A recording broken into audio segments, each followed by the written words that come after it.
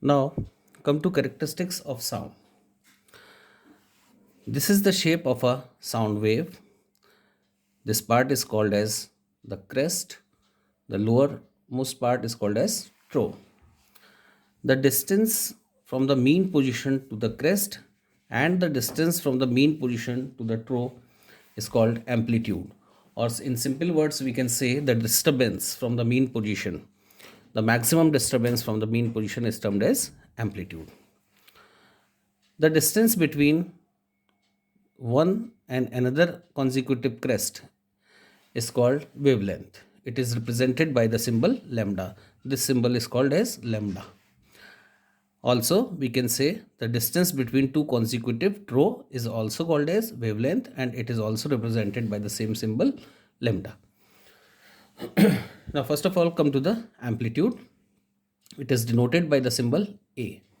The height of the crest from the mean position or depth of trough from mean position is called amplitude. Means the height of this crest from the mean position or the depth of the trough from the mean position is called amplitude. The SI unit of amplitude is meter. Second is wavelength. As I have already told you, the distance between two consecutive crests or the distance between two consecutive trough is called the wavelength. So the distance between two consecutive crests or two consecutive trough is called wavelength, and it is represented by the symbol lambda. This is called as lambda, Lambda, lambda. Its SI unit is also meter. Next is frequency. Frequency means total number of sound cycles, or in simple words we can say total number of sound vibrations per second is called frequency. Its symbol is nu. This is nu, and the SI unit of frequency is hertz.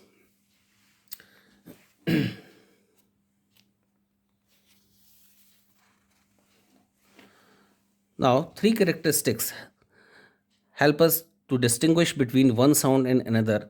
These are loudness, pitch, and quality. So, first of all, come to the loudness. Children, you can easily differentiate between a loud sound and a feeble sound.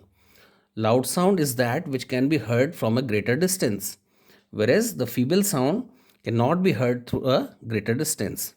Now, here I would like to tell you one formula that L is proportional to A square. Loudness of a sound is directly proportional to the square of the amplitude.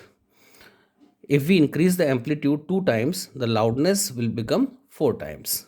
Clear? The loudness of the sound produced by a vibrating body depends on how large the vibrations are. Large vibrations means having more amplitude.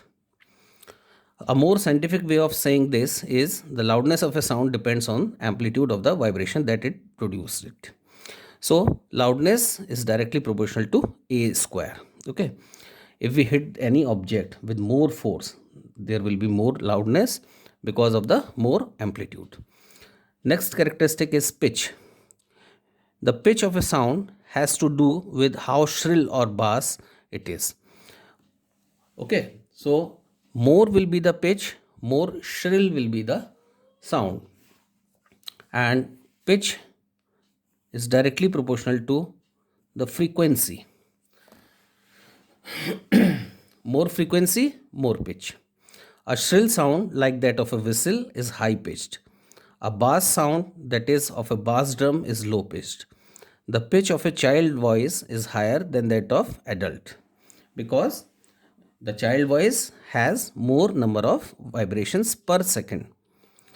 The pitch of a sound depends on the rapidity of its vibration, means the frequency. The rapidity of vibration is also called as the frequency of vibrations.